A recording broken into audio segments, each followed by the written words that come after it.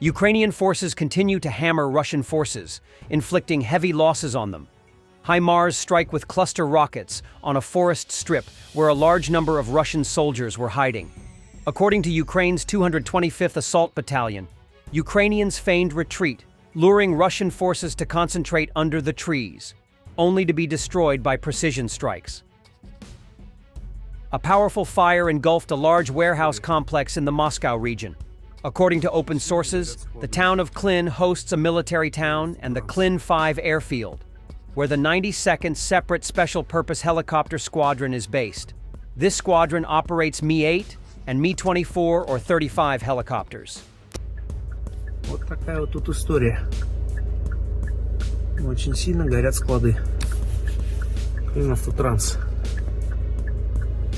The 3rd Separate Assault Brigade has published footage showcasing their successful intercepts of Russian drones, including one Shahed 136, 2 Lancets, 1 Scat 350M, 6 Zala Z16, 2 Orlan 10, 4 Mavic drones, and 3 Supercam S350. Ukrainian air defense systems have demonstrated remarkable efficiency in countering drone threats, particularly against waves of attacks launched by Russia.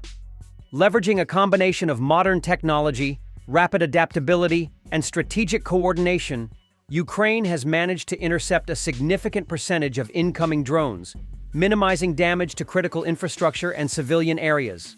Systems like the NASAMS, Iris-T, and domestically upgraded Soviet-era equipment have been integral to this success. The use of radar-guided missiles, electronic warfare tools, and even innovative low-cost solutions ensures Ukraine can combat both high-tech drones and cheaper mass-produced models.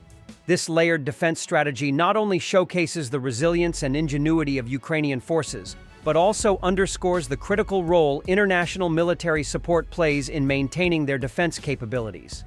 Despite the intensity of these attacks, Ukraine's air defense remains a pivotal factor in safeguarding its skies and maintaining its operational effectiveness. Russia is using North Korean MLRS systems, mounted inside regular trucks in the Kursk region. The system was first seen in a 2023 Pyongyang parade.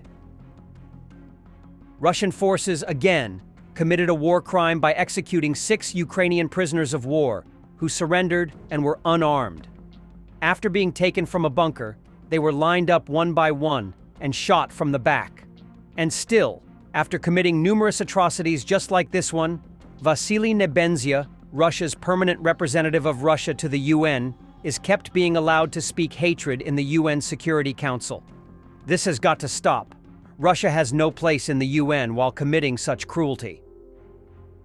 Zelenskyy: I'm ready to talk to Putin if there's a fair deal and Trump guarantees Ukraine's security. NATO offers the best security for all, but peace requires Russia at the table. Putin is obsessed with destroying Ukraine's independence. President Volodymyr Zelenskyy said on January 22 that any effective peacekeeping force in Ukraine must include U.S. troops, emphasizing the critical role of the United States in deterring Russian aggression. Speaking with Bloomberg's editor-in-chief John Micklethwaite at the World Economic Forum in Davos, Zelenskyy dismissed the idea that European allies could provide sufficient military support independently. It can't be without the United States, he said. Even if some European friends think it can be, no, it can't be. Nobody will risk without the United States. Frustrated by limited communication with Chinese President Xi Jinping, he said, he can push Putin for peace, I'm sure.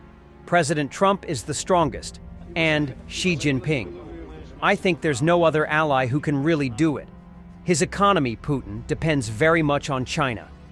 Ending the war should be a victory for Trump, not for Putin, he told Bloomberg, adding that without strong and irreversible security guarantees from the US and Europe, a ceasefire could allow Russia to rearm and renew its offensive. The only question is what security guarantees, and honestly, I want to have understanding before the talks, he said. Ukraine is in the final stages of developing a recruitment reform to encourage people aged 18 to 25 to join the armed forces of Ukraine. Colonel Pavlo Palisa, deputy head of the presidential office and former commander of the 93rd Separate Mechanized Brigade, Kholodny Yar, told the Associated Press in an interview. According to him, the new options for recruiting into the army are currently being studied, as the current conscription system, which was inherited from the Soviet era, is slowing down progress. One initiative is what Palisa called a fair contract, which includes financial incentives, clear training guarantees, and measures to ensure dialogue between soldiers and their commanders.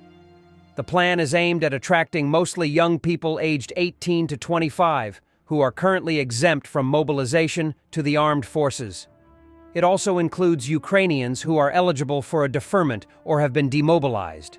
Provide a unit commander and a contract soldier. Establish an open and professional relationship between them and set clear boundaries that are understood by both, Palisa said. In my opinion, this is important for an effective dialogue. He also believes that it is necessary to start an open dialogue with society about the responsibilities of protecting the state. The Office of the President of Ukraine, together with the Ministry of Defense, is analyzing the reasons for the ineffectiveness of previous mobilization efforts. According to Palisa, Ukraine has a large mobilization resource, but the current system does not allow it to be used to its full potential. The reform, according to the colonel, can change the approach to manning the Ukrainian army and strengthen the country's defense capabilities. Recruiting centers are now operating in Ukrainian cities, where citizens can choose a vacant position or brigade and be guaranteed to be assigned to it. The project not only opens up the new opportunities for recruiting personnel to the army, but also improves the quality of selection, raising the level of professionalism among recruits. Vacancies related to unmanned aerial vehicles, as well as driving and shooting positions, are in the greatest demand. The Ukrainian military received automatic grenade launchers, pickup trucks, drones, and electronic warfare devices as part of the Zbroyenostsy Squires project from the Come Back Alive Foundation and the Lviv City Council. This is just a part of the weapons and equipment that will be transferred to 4 combat brigades of the Armed Forces of Ukraine under the project. This is an important precedent for cooperation. As a city, we have a program to support the Armed Forces of Ukraine, but we do not have the right to buy weapons. It is thanks to this synergy that we will be able to provide our military with weapons, said Andriy Moskalenko, first deputy mayor of Lviv. Thanks for watching, and don't forget to subscribe. Also, if you want to support Warthog Defense, please become our member and get early access to new videos, exclusive members-only videos, and become administrator in comment section. The membership link is in the description. Rescues every day. We had a guy last week, it's 6 rescues in 6 days. You know, he's doing the job every day.